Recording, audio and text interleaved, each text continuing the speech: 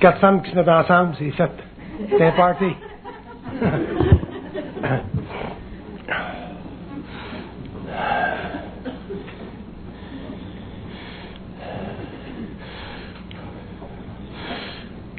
Bon. Si on continue dans le domaine de la psychologie évolutionnaire, je veux regarder avec vous le phénomène et le problème de la possession psychique. C'est très important de comprendre ça.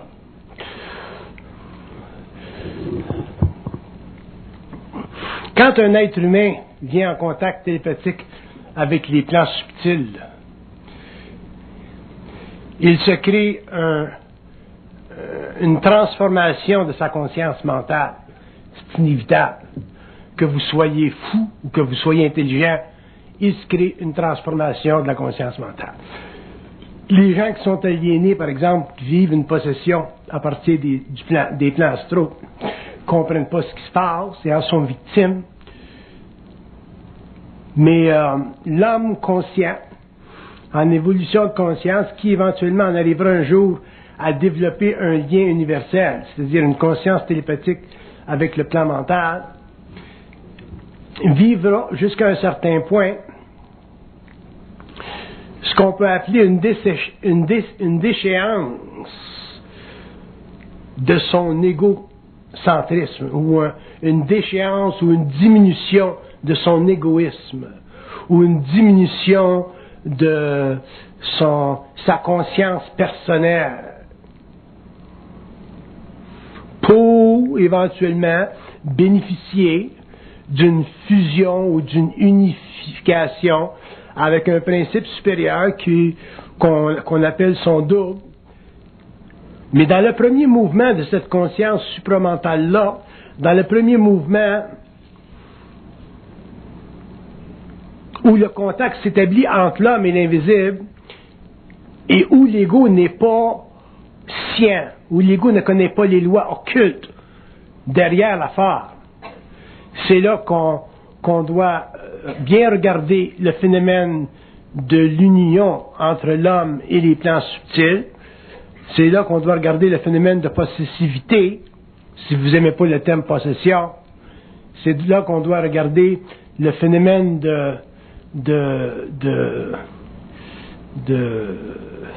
conscience altérée. Et on doit le regarder d'une façon très, très objective. Quand je dis qu'on doit le regarder d'une façon objective, je veux dire qu'on ne peut pas se laisser spiritualiser dans ce phénomène-là.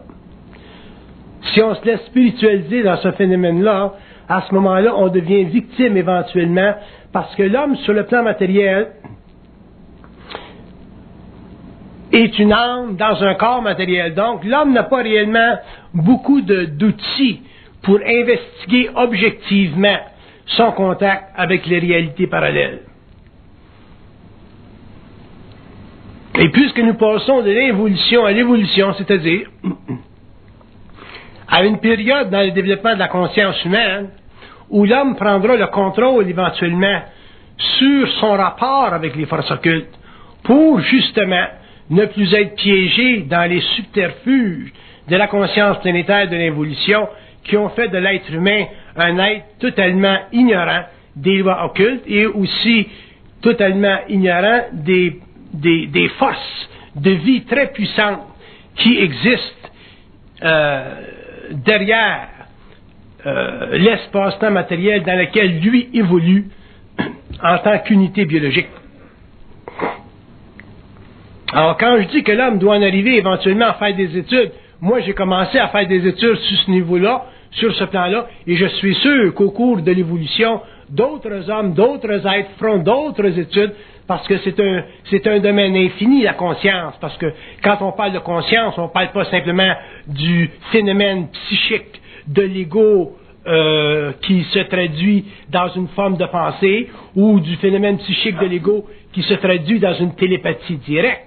Quand on parle de conscience, on parle de contact interne mondial, on parle de contact entre des mondes, entre des plans, on parle de contact entre des intelligences d'un certain niveau avec des intelligences d'un autre niveau. On parle de mondes à l'intérieur desquels les lois qui sont techniquement occultes à notre monde, occultées à notre monde, sont des lois très puissantes parce que elles fondent leur puissance, ou elles fondent leur préséance, ou elles fondent leur autorité, ou elles fondent leur domination sur le fait que nous, en tant qu'êtres inconscients, en tant qu'âmes incarnées, n'avons pas de contrôle sur la gestion psychique de notre territoire mental.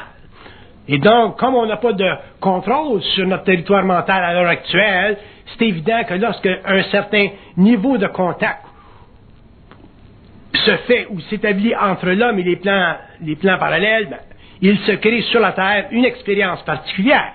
Si on regarde les saints, si on regarde les mystiques, si on regarde les gens qui ont vécu contact avec les plans parallèles, comme le frère André, si on regarde le père Pio, on s'aperçoit que ces gens-là ont été victimes de forces occultes très profondes qui les ont soumis à des expériences psychologiques et psychiques très traumatiques, très traumatisantes.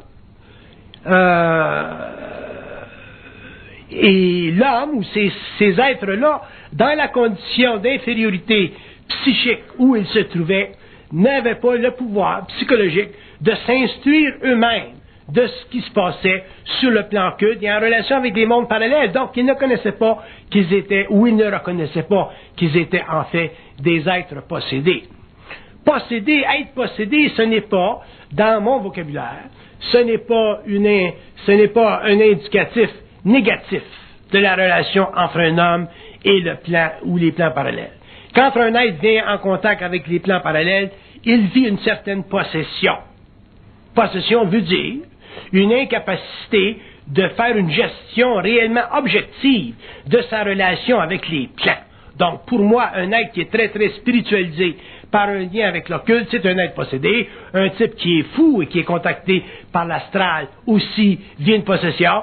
Donc, tout contact avec les plans parallèles crée chez l'homme, tant qu'il n'a pas suffisamment de sciences occultes, autrement dit, de contrôle sur les plans occultes, l'homme vit une possession. Et c'est très important que l'être connaisse, comprenne les aspects de cette possessivité-là. Probablement qu'un jour, certaines personnes écriront sur ceci. Moi, peut-être que je le ferai si j'ai du temps. Mais c'est très important qu'on connaisse et qu'on comprenne objectivement la relation psychologique, psychique, mentale, supramentale et cosmique ou systémique avec des êtres qui appartiennent à des dimensions parallèles et qui ne sont pas, pour toutes sortes de raisons, nécessairement prêts à venir en contact visuel avec l'homme, c'est-à-dire à se matérialiser. Le phénomène de la possession, c'est un phénomène qui est très vieux sur la Terre. Les hommes, les initiés qui sont venus en contact avec des plans parallèles dans l'évolution ont été possédés. Tous les êtres qui ont parlé avec, qui ont entendu des voix, qui ont participé à la naissance d'une vie invisible et sa matérialisation sur le plan matériel ont été possédés. Donc la possession, c'est un terme mécanique, c'est un terme technique, c'est un terme normal pour indiquer que l'homme, lorsqu'il vient en contact avec des étrangers, et quand je parle d'étrangers, je veux dire toute forme étrange d'intelligence, toute forme d'intelligence que vous ne pouvez pas expliquer, toute forme d'intelligence que vous ne pouvez pas contrôler, toute forme d'intelligence dont vous ne connaissez pas les lois occultes, toute forme d'intelligence qui fondamentalement exerce contre l'homme pour des bonnes ou des pas bonnes raisons, ce que j'appelle le mensonge cosmique, c'est-à-dire le contrôle de l'information.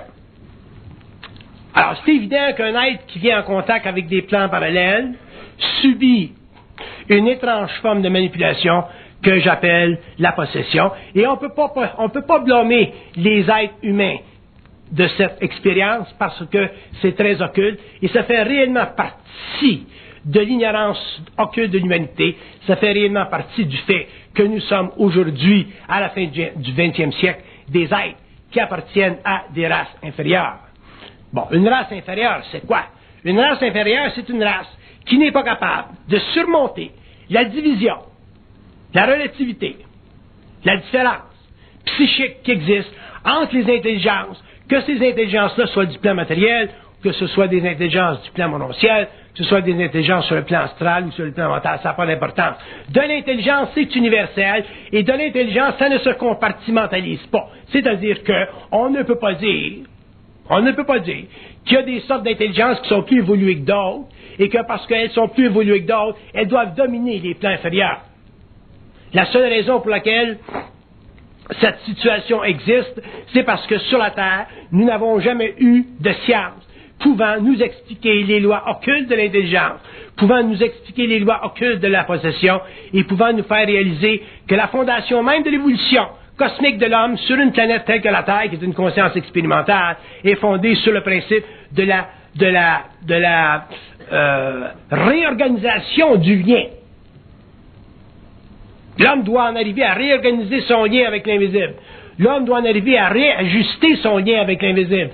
L'homme, en tant que radio, doit en arriver à réajuster la téléphonie avec l'invisible. L'homme doit en arriver éventuellement à prendre conscience que la nature de son intelligence, sur le plan matériel, est totalement faussée en ce qui concerne les lois occultes. Le seul plan où l'homme est réellement intelligent sur la Terre, dans le sens de objectivement intelligent, dans le sens qu'il y a une relation de 1 pour 1 entre lui et la matière, c'est dans la science matérielle. Dans la science matérielle, c'est l'homme qui est en contrôle. Un scientiste qui est dans un laboratoire, c'est lui qui est en contrôle. Un médecin qui est à l'hôpital, c'est lui qui est en contrôle.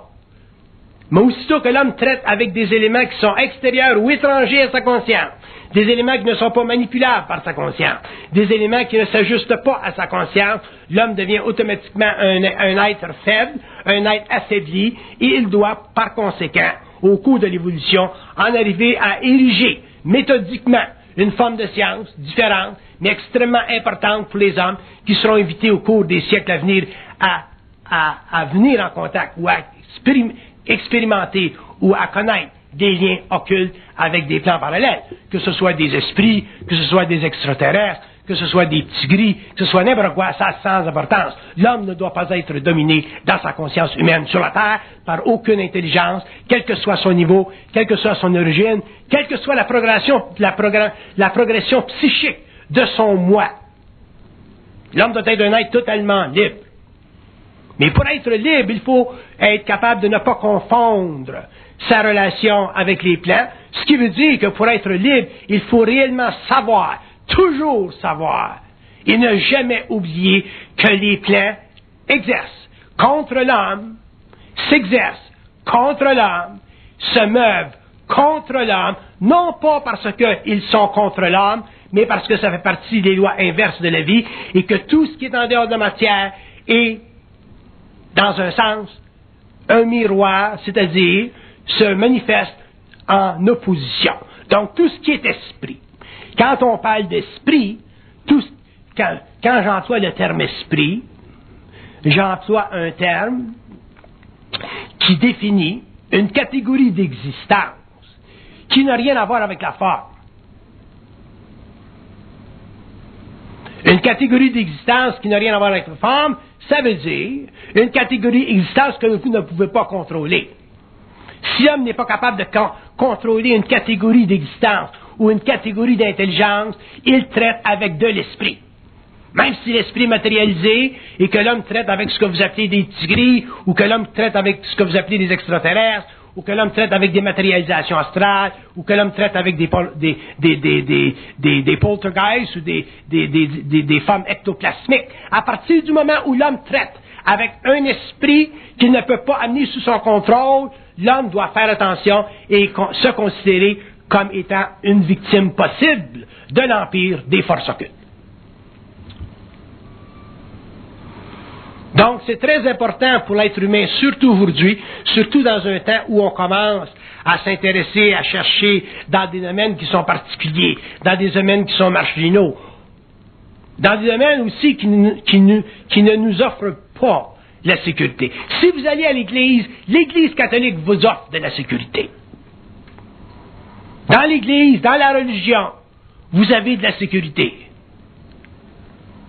Parce que dans la religion, vous avez des guides. Vous avez des garde-fous. Et ces garde-fous-là ont été établis depuis des siècles. Par Par contre, aussitôt que l'homme sort des domaines de la vie normale, aussitôt que l'homme sort et fait une investigation de ce qui est marginal, aussitôt que l'homme sort et commence à entreprendre de la recherche dans des domaines qui, pour des bonnes raisons, sont considérés négatifs et dangereux par l'Église. Parce que l'Église est techniquement anti-occulte, elle est techniquement anti-ésotérique, et l'Église a raison, parce que l'Église sait très bien qu'il y a beaucoup de manipulation à partir des plans subtils contre l'homme. Donc, dans sa doctrine, l'Église protège l'individu contre ces mondes-là, mais de l'autre côté, il y a des individus, et il y aura de plus en plus d'individus dans le monde qui voudront sortir des terrains protégés que les religions nous offrent pour éventuellement entrer dans des zones de conscience un petit peu plus avancées, un peu plus occultes, mais aussi beaucoup plus dangereuses pour l'esprit humain, tant que l'homme n'aura pas suffisamment formulé sa relation avec les plans et compris que, aussitôt qu'il est en contact avec l'invisible, il est en voie de manipulation. Ce qui nous amène au fameux phénomène de la possessivité ou de la possession, qu'on doit comprendre. Mais on ne peut pas comprendre la possession d'une manière intellectuelle. Que vous soyez possédé par les forces de la lumière ou que vous soyez possédé par les forces obscures, c'est sans importance, c'est la même affaire. La seule différence, c'est qu'avec les forces de la lumière, un jour, vous pouvez vous en sortir, alors qu'avec les forces obscures, vous vous en sortirez pas. Mais c'est très important que l'homme comprenne qu'il n'y a pas de différence entre la possession astrale et la possession mentale. Il n'y en a pas de différence. Il y en a une à échéance. Il y en a une à long terme. Mais dans le gros de l'expérience,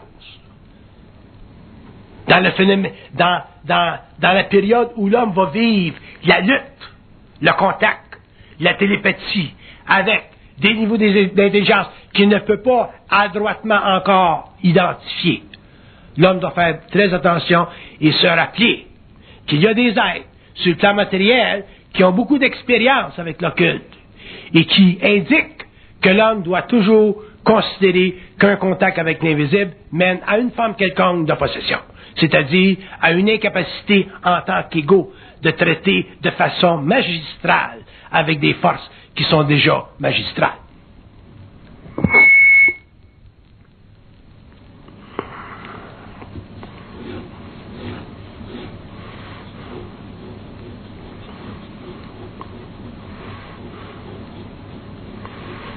Quand on parle de l'involution, puis qu'on fait la distinction entre l'involution puis l'évolution, on parle de cette période où l'homme est en contact avec la matière, contre cette période où l'homme va venir de plus en plus en contact avec des mondes parallèles ou avec des formes d'énergie spiritualisée. Et quand l'homme vient en contact avec des formes d'énergie spiritualisée et qu'il n'est pas capable au niveau de son ego de ne pas être magnétisé par ces forces-là, à ce moment-là, on vit l'expérience de la possession. L'évolution de la psychologie humaine est très primitive. L'évolution de la psychologie humaine ira très loin. Ce qu'on saura demain, dans 50 ans, 100 ans, de la nature du psychisme humain, ce sera révolutionnaire comparativement à ce qu'on sait aujourd'hui.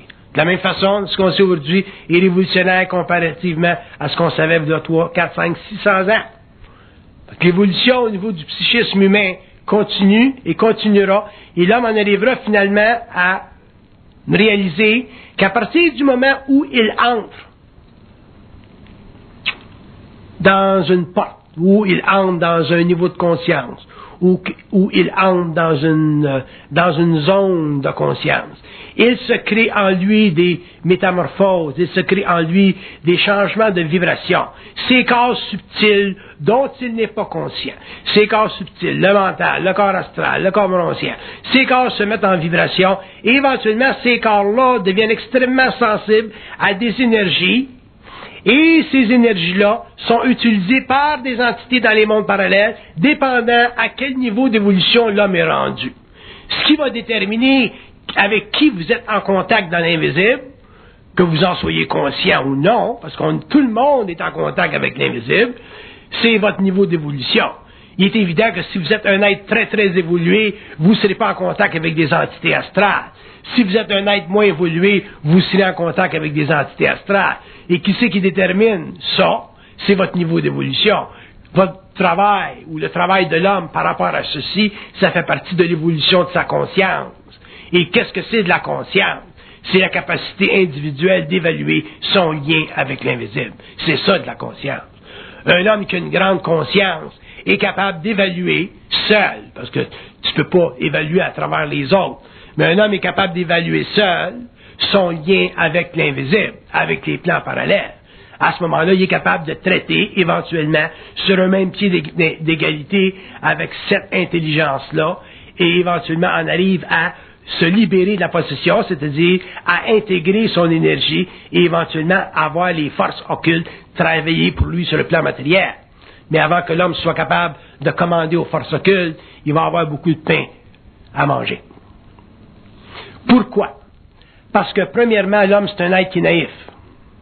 Puis on est bien plus naïf qu'on pense. Vous êtes bien plus naïf que vous pensez. Vous pensez que vous êtes intelligent. Vous pensez que vous êtes smart. Vous pensez que vous en savez. Mais je peux vous dire, vous ne savez rien. Fait qu'à partir du moment où l'homme comprendra qu'il ne sait rien, là, il commencera à savoir quelque chose. Mais si vous pensez que vous savez quelque chose, vous êtes réellement mûr pour la possession.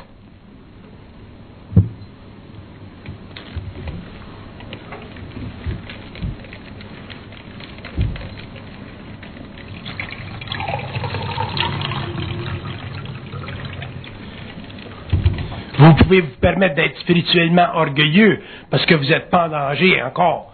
Mais le jour où vous allez venir en contact avec les forces occultes, ou sur le plan télépathique du mental, ou sur le plan astral, à ce moment-là, vous allez voir que votre petit orgueil va sauter.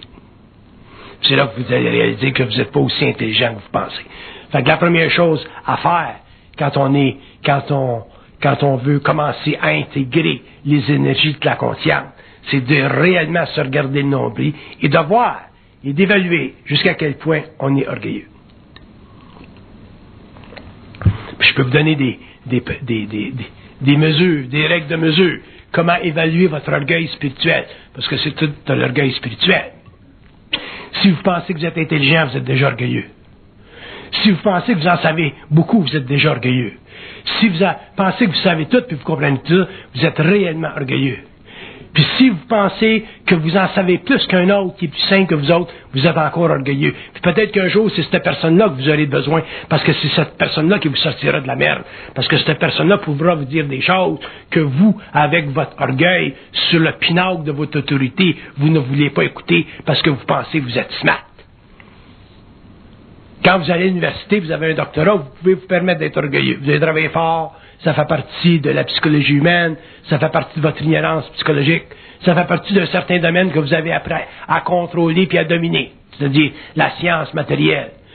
Mais quand vous commencez à traiter avec les esprits, les fantômes, les ectoplasmes, les morontialités et les entités des autres mondes, sans parler de tout ce qui existe, et que vous vous permettez de penser que vous êtes avancé, vous êtes réellement au pied du mur, puis le mur, mais ça va être la plaque de votre propre tombe, parce que on commence seulement à comprendre l'invisible. Ça n'a jamais été compris sur la Terre.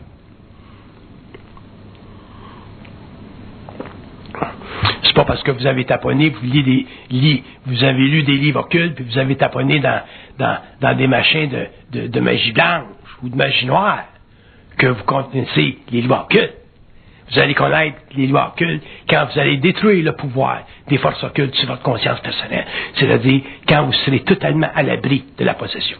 Là, à ce moment-là, on pourrait dire que vous êtes des êtres qui commencent à être formés. Puis vous serez formés par vous-même, parce qu'il n'y a personne qui va vous former à ce niveau-là. Alors, la première chose à réaliser pour l'élimination, le contrôle de la possession, c'est que vous ne pouvez pas être intelligent tout seul. Puis rappelez-vous-les, ces principes-là, je vous les dis pas pour rien, écrivez-vous-les dans le front. Vous ne pouvez pas être intelligent tout seul. La journée où vous penserez que vous pouvez être intelligent tout seul, parce que vous avez un contact avec les autres clans, vous serez fait à l'os. Moi, je suis un initié, je suis en fusion depuis 69. Puis c'est ma femme qui m'a amené à intégrer mon énergie. C'est pas eux autres qui vont te le dire. C'est pas eux autres qui vont dire, ben Bernard, il faut que tu fasses ça pour intégrer ton énergie. Fait que c'est ma femme, ma petite femme simple, là, qui a l'air simple, qui m'a amené à intégrer mon énergie. L'homme ne peut pas être intelligent seul. Puis, c'est probablement le plus grand principe de conscience en évolution que je peux vous donner pour l'avenir, si vous voulez en arriver un jour à réellement exercer votre droit sur les forces occultes, c'est-à-dire sur les présences qui cohabitent avec vous dans des mondes que vous ne connaissez pas encore, mais qui sont en contact avec vous le jour ou la nuit. Pourquoi vous ne pouvez pas être intelligent seul? Parce que quand l'homme vient en contact avec les plans occultes, il se crée une sorte d'osmose. Il se crée une sorte de lien. Il se crée une sorte de confrérie. Il se crée une sorte de tendance à croire. Il se crée une sorte de tendance à épouser. On a tendance à épouser l'occulte. Parce que l'occulte, une fois qu'on le comprend, ça répond à toutes nos questions de vie. Un homme qui a une conscience occulte, avertie, très développée, n'a plus de problème psychologique sur la Terre. Il fait réellement partie des immortels, dans ce sens que sa conscience, une fois libérée du corps matériel, ne retourne plus au monde astral.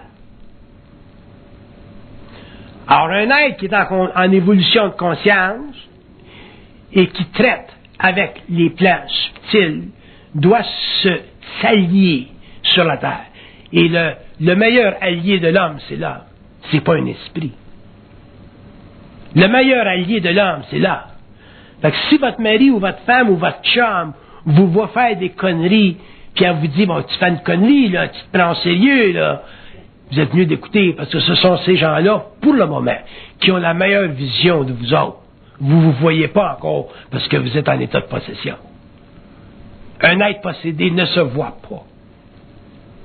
Il n'a pas intégré son énergie encore. C'est ça de la possession. C'est le manque d'intégration de notre énergie. Mais quelqu'un peut te voir. Quelqu'un veut dire, bon, mais là, c'est con ce que tu fais, là. Tu es en train de te faire prendre, là. Alors, votre rôle, votre sécurité, dans un sens, c'est d'écouter ces gens-là autour de vous qui ne vous veulent pas du mal, qui ne vous veulent que du bien et qui voient des choses chez vous que vous ne voyez pas encore. Un jour, vous serez capable de voir vos foyers tout seul.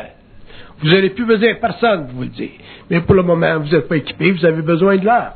Et votre meilleur aide, votre meilleur support, votre meilleur ami aujourd'hui sur la Terre, c'est l'être humain. Pas les forces occultes.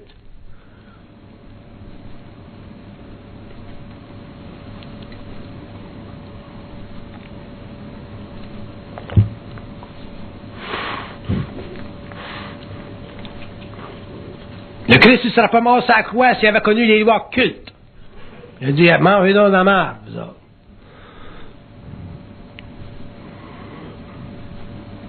Les initiés n'auraient pas souffert des souffrances qu'ils ont souffert s'ils avaient connu les lois occultes. Tu dirais demander ça au gars quand il est cloué sur la croix, comment est-ce qu'il aime sa mission. C'est beau, ça, 2000 ans plus tard, parler de la mission, mais le gars qui est sur la croix, ou le gars qui est dans le cachot, ou le gars qui se fait couper la tête comme Jean-Baptiste, demandera comment est-ce que c'est intéressant la mission.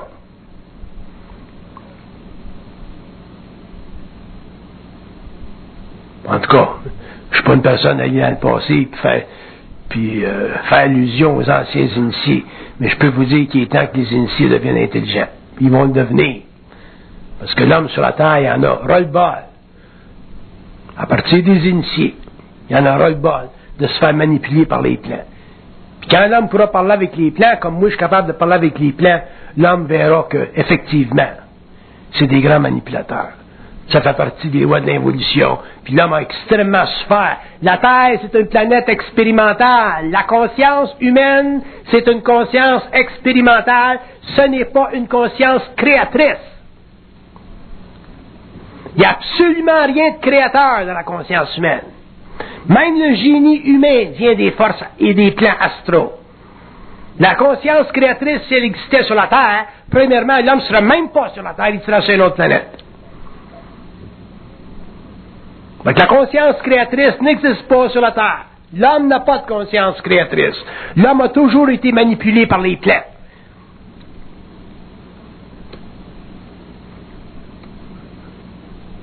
C'est à partir du moment où l'homme va passer de l'involution à l'évolution que l'homme va finalement fracturer son lien avec les plans et que l'homme va mettre derrière lui la conscience spirituelle de l'évolution qui a servi à la victimisation de son ego et au développement du pouvoir temporel des religions sur la terre pour finalement en arriver à une conscience créatrice, c'est-à-dire à une maîtrise occulte de sa conscience universelle systémique. Qu'il soit sur le plan matériel, qu'il soit sur le plan morontiel, ça n'a pas d'importance. Un être conscient, il est conscient partout, tout le temps.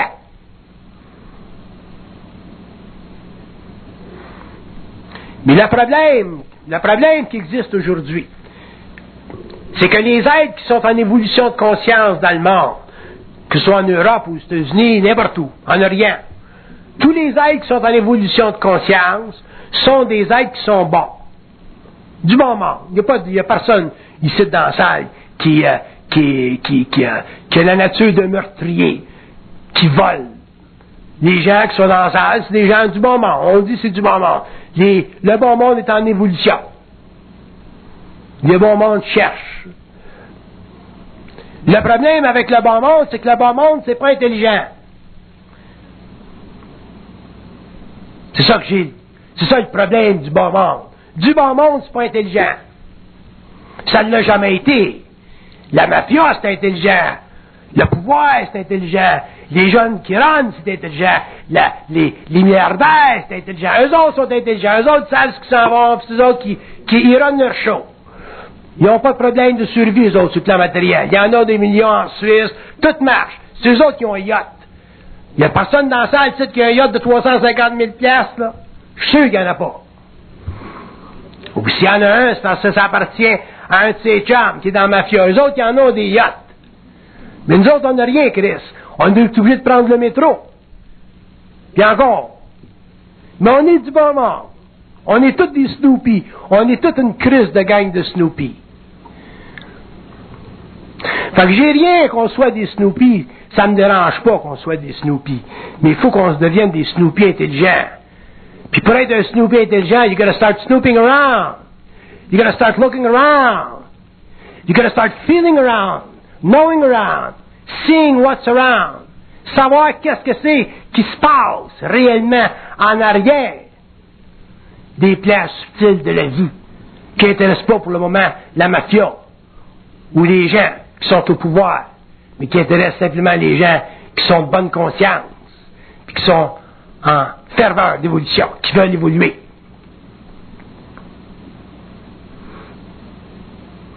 Fait que le monde est divisé en deux, qui est bien divisé en deux. Les niaiseux, nous autres, puis ceux qui sont un petit peu plus au parfum, qui se promènent en jet privé. Bon, ben nous autres, on a opté pour pas appartenir à ceux qui se promènent en jet privé, pas parce qu'on veut pas se promener en jet privé, mais parce que on n'a pas la vibration, on n'a pas la programmation, ça ne fait pas partie de notre programmation. Pourquoi? Parce que les êtres qui ont une grande sensibilité, qui sont inconsciemment en contact avec des plans un petit peu plus élevés, sont toujours, sur le plan matériel, réduits à vivre des vies difficiles. Le Christ n'est pas né d'un palais, il est né d'une cabane, avec de la crotte de chien et de la crotte de vache.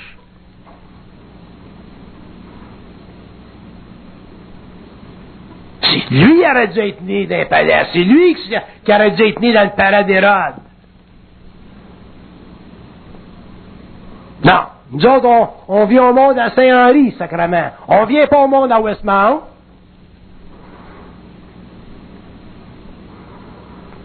Fait qu'à partir du moment où on comprend ça, on commence à s'enligner, puis on commence petit à petit à réaliser que l'être humain sur la Terre, pour une raison ou une autre, c'est un être qui est totalement sujet à une programmation, il est très manipulé, et à partir du moment où il commence à réellement comprendre ça, là, il peut commencer à changer sa vie et mettre un frein à l'abrutissement, la victimisation et le contrôle occulte de sa conscience planétaire.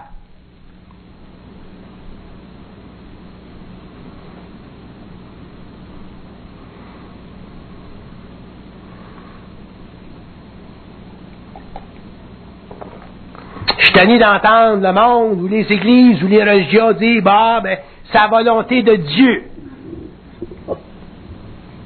Tabarnak, qui se mettent chez nous, moi, qui m'apparaissent chez nous, puis je vais y casser les orteils.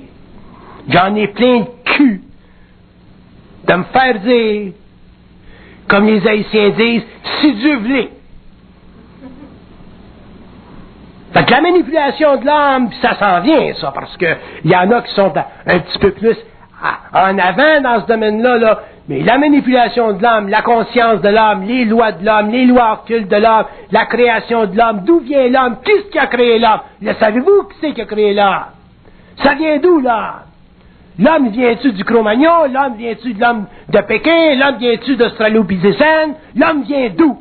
Ou l'homme vient-tu d'une mutation au niveau du corps morontiel?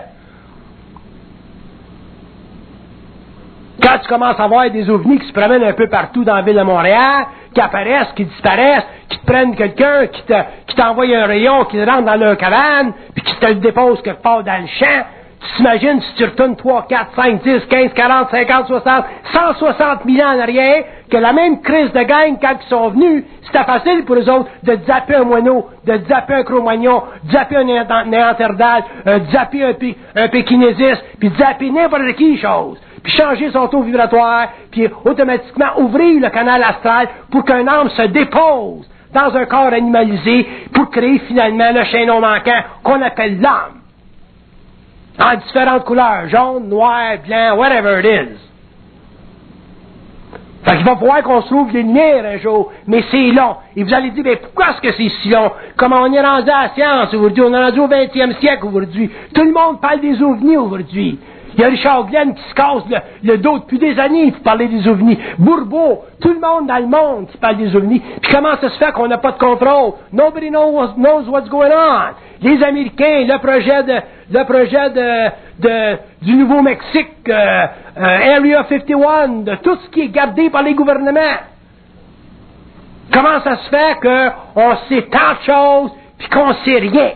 C'est notre faute? Non. C'est pas de notre faute, c'est parce qu'on fait face à des technologies qui ne sont pas sous le contrôle des lois de notre spatio-temporalité. Quand une machine arrive, se présente d'un écran de radar puis disparaît, c'est pas normal selon les lois de notre science à nous autres. Quand un avion sur un écran de radar est là, t'avouez, elle reste là, à moins qu'elle tombe à terre, puis encore il y a un bip.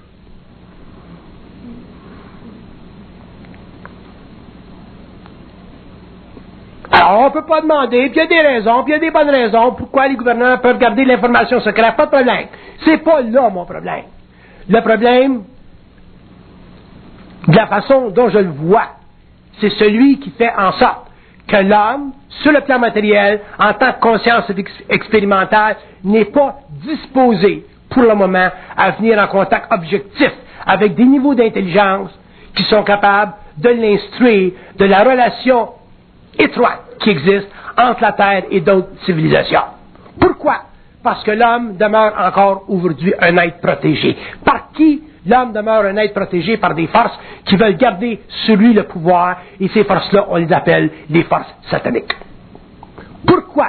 Parce que, j'utilise pas le terme satanique dans le sens judéo-chrétien ou dans le sens moral du terme.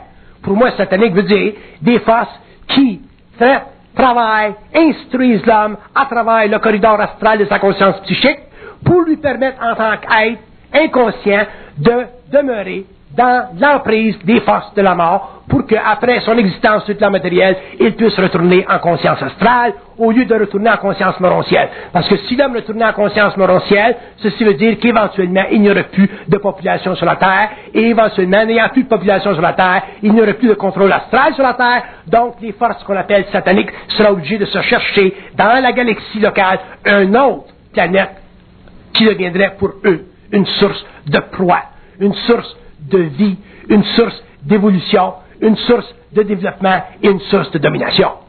C'est ça qu'il faut comprendre. C'est ça que l'homme un jour devra comprendre. Mais il devra le comprendre par lui-même. Il faudra qu'il le comprenne par lui-même, parce que l'homme ne peut pas se permettre de croire quoi que ce soit aujourd'hui. Vous ne pouvez pas vous permettre de croire ce que je vous dis. Parce que si vous croyez ce que je vous dis, vous vous assujettissez encore à une forme de conscience qui automatiquement va vous dominer parce que vous allez utiliser des plans de conscience mentale qui vont réfléchir ce que je vous dis et automatiquement ça va vous mettre en branle sur le plan psychologique de sorte que vous allez penser à ça, vous allez visionner ça et automatiquement vous allez vous créer des tensions parce que vous n'arriverez jamais à comprendre le réel en y pensant. Donc, il ne s'agit pas pour vous autres de croire ce que je vous dis. Il s'agit simplement de vous asseoir, d'écouter, puis si ça fait votre affaire, de rester là, puis si vous n'aimez pas ça, de crisser votre camp. Ça, c'est la liberté que l'homme doit avoir par rapport à n'importe qui parle. Que ce soit moi ou que ce soit d'autres invités d'honneur qui viennent d'autres plans.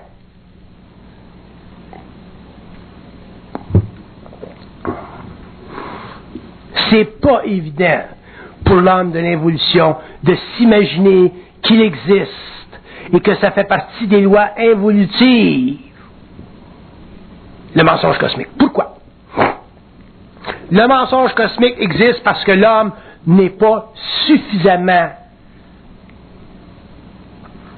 libéré de son âme.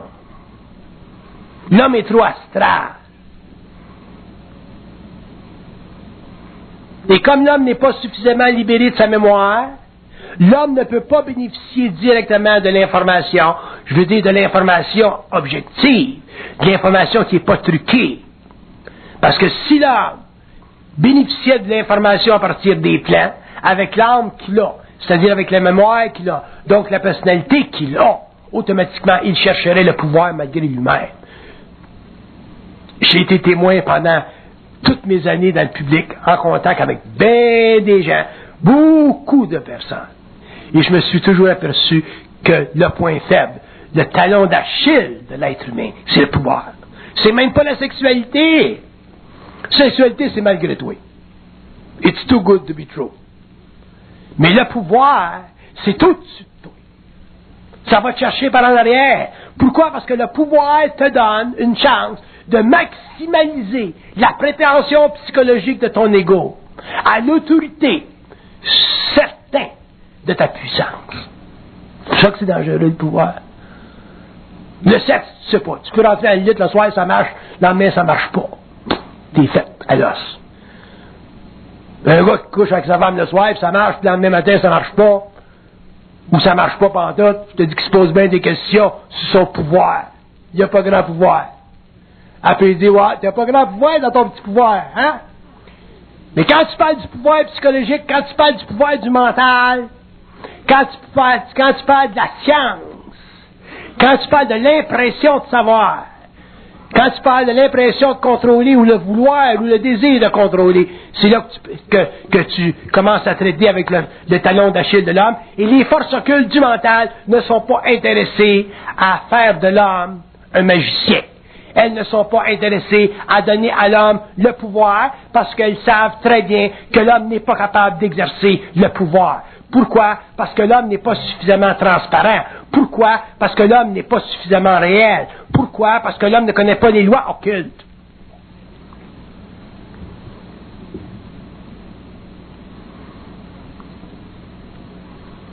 Quand vous traitez avec le pouvoir sur le plan psychologique, vous traitez avec une diminution ou un agrandissement de votre ego, de votre personnalité. Mais quand vous traitez avec le pouvoir sur le plan occulte, dans le sens mental du terme, quand vous traitez du pouvoir en relation avec les forces, quand vous parlez du pouvoir dans le sens que les forces vous transmettent une vibration qui vous permet sur le plan matériel d'exercer une certaine domination à un certain niveau ou dans le cadre d'une certaine expertise, vous devez être transparent si vous travaillez avec des forces occultes du mental. Mais l'homme ne peut pas devenir transparent parce qu'il veut devenir transparent. Il faut que la transparence soit développée. Autrement dit, il faut que ces vitres soient lavées.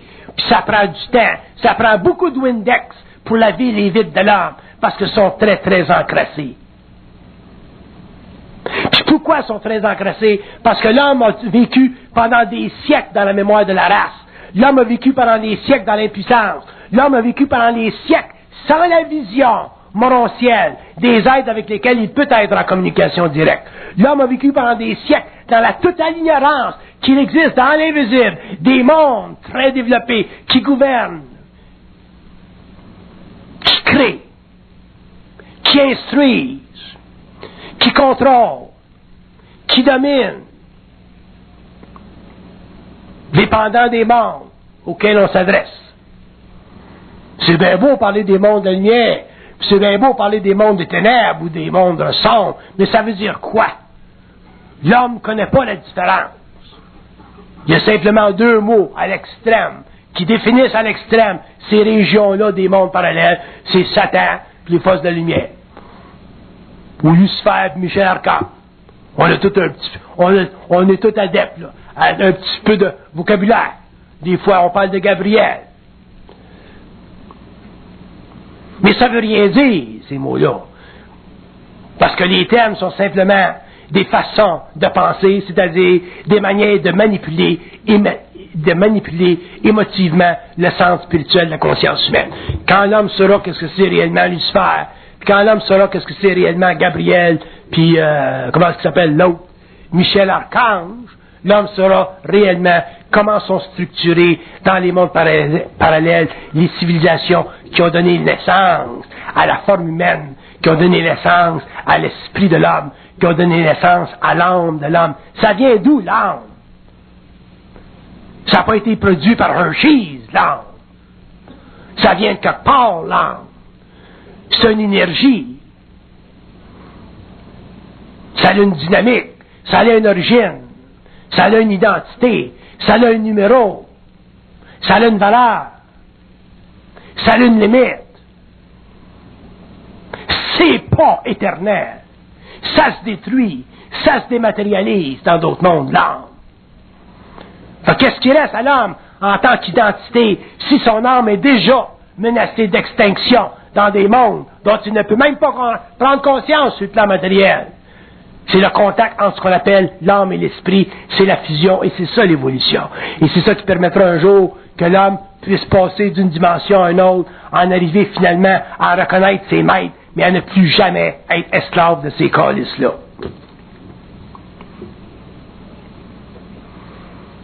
Il y a quelque chose que j'aime des dictateurs, des dictatures. Il y a quelque chose que j'aime des êtres machiavéliques. Il y a quelque chose que j'aime des êtres qu'on considère pas bons sur la terre. C'est que sont assez ticrasses. Sont assez ticrasses pour dire à ceux qui sont autour d'eux autres, mangez donc de la merde. Il y a quelque chose, une sorte de force en eux autres qui leur permet de même si elle n'est pas réelle, même si elle est fictive, même si elle est basée sur une grande faiblesse, il y a une sorte de force en eux autres qui leur permet de toujours garder leur tête au-dessus de l'eau. Tandis que nous autres, on passe notre temps à avoir la tête en dessous de l'eau. Puis un jour, il va falloir que l'homme en évolution de conscience, l'homme sensible, l'homme grand, l'homme qui tue pas, l'homme qui vole pas, l'homme qui viole pas, l'homme qui a une belle conscience, en arrive un petit peu à vivre la même sorte de transmutation de son être, qui en arrive un jour à exprimer une sorte de volonté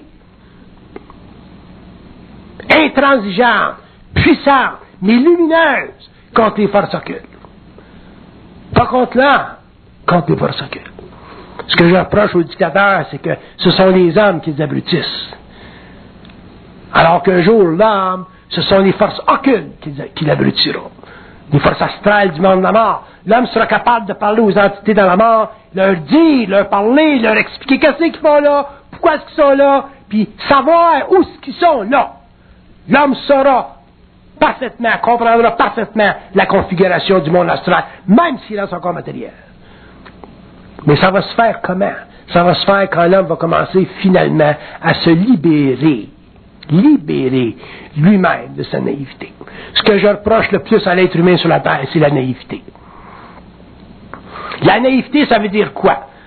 La naïveté, je vais vous en donner là, des définitions bien rapides, là, parce que je peux vous en donner pendant 15 jours. La naïveté, c'est penser que ce que vous recevez dans votre tête, c'est ça. La naïveté, c'est de penser que ce que vous recevez dans votre tête, c'est pour éventuellement vous démontrer que la réalité, c'est ça. La naïveté, c'est pour imprimer dans votre conscience l'impression que ce que vous recevez dans votre tête, c'est ça. La naïveté, c'est toute forme de manipulation de votre psychisme qui est basée sur la nature involutive de votre corps émotionnel et de votre incapacité de briser les archives, ce qui garde les archives, ce qui empêche que la communication passe des forces ou des plans vers l'âme. Tout ce qui empêche l'information, c'est de la désinformation. De la naïveté, c'est l'impression qu'on a de ne pas savoir. De la naïveté, c'est l'impression qu'on a de savoir. Là, vous allez dire, mais ça se situe où? Ça se situe simplement dans notre pouvoir en tant qu'être conscient de toujours fracturer la forme. Un être conscient fracture la forme. Un être conscient n'est jamais intéressé à la vérité. Si vous vous intéressez à la vérité, à un niveau ou à un autre, un jour, vous vous ferez piéger par la naïveté et un jour, vous deviendrez automatiquement des êtres qui seront manipulés, qui seront victimes d'une forme quelconque de possession, même si cette possession-là est élevée. Il y a des êtres qui ont trop souffert sur la terre pour ne pas comprendre ceci. Je vous le dis, puis moi j'en suis un.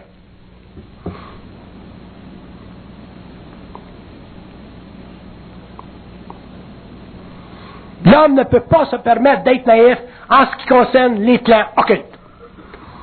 Et le début de la rupture avec la domination et le mensonge cosmique, donc techniquement avec la possession du corps mental, c'est la capacité chez l'homme de toujours pouvoir renier ce qu'il pense. Là, vous allez dire, ben oui, mais si on renie ce qu'on pense, il nous reste quoi?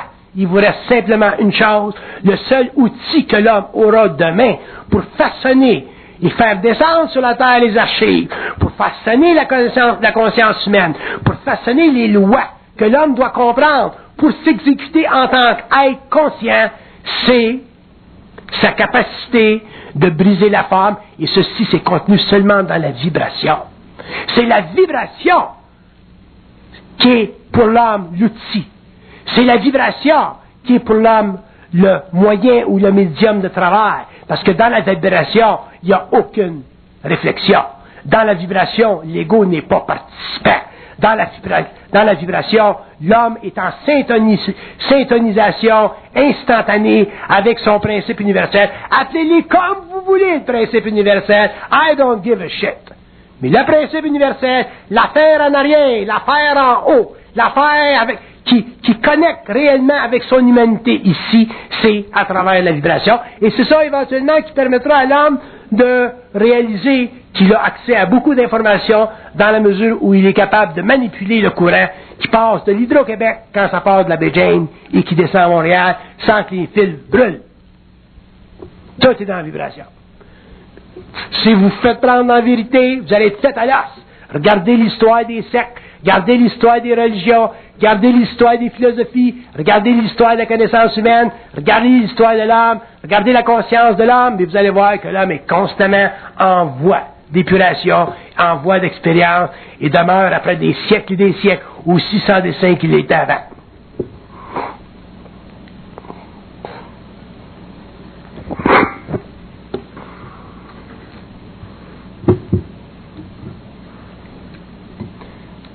J'ai 25 ans d'expérience avec ces chiens-là, je les connais.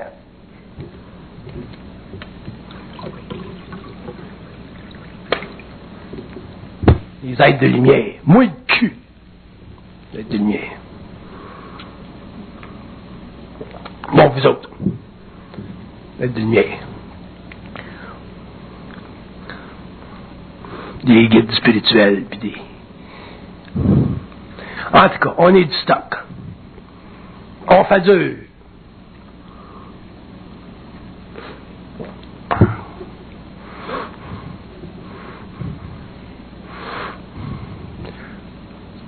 Si l'être humain est capable, des beaux parleurs comme moi, si l'être humain est capable de nous empiceter, imagine-toi ce que ces sacrements-là sont capables de faire.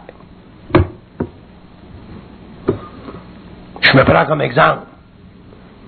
Je me mets à la table d'exécution.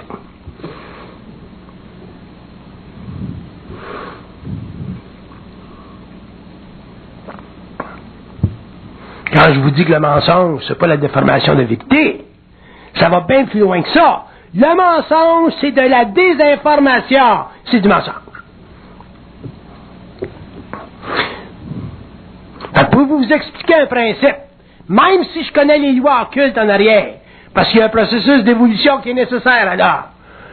Mais si tu es incapable de dire à ton double, à quelle heure l'autobus arrive à soir, puis il dira l'autobus arrive à 7h15. Bon, il est supposé d'arriver le crise d'autobus à 7h15. S'il arrive à 7h, ou s'il arrive pas, c'est du mensonge.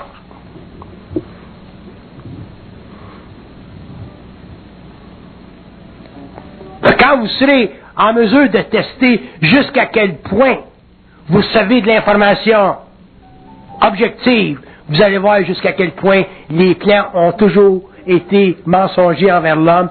Demandez-vous pas pourquoi, sur la terre aujourd'hui, en 1995, on croit encore au petit Jésus.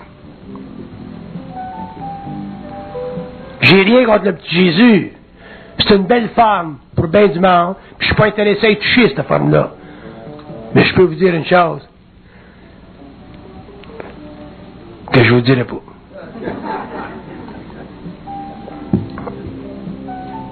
C'est quoi cette musique-là? Hein? Ah, elle achève-tu, elle achève pas? Elle est bien longue, la musique. Qu'est-ce que je fais, là? Je continue à parler? Une minute? Je vais parler de tout dans une minute. Écoute bien ça. Écoute bien ça.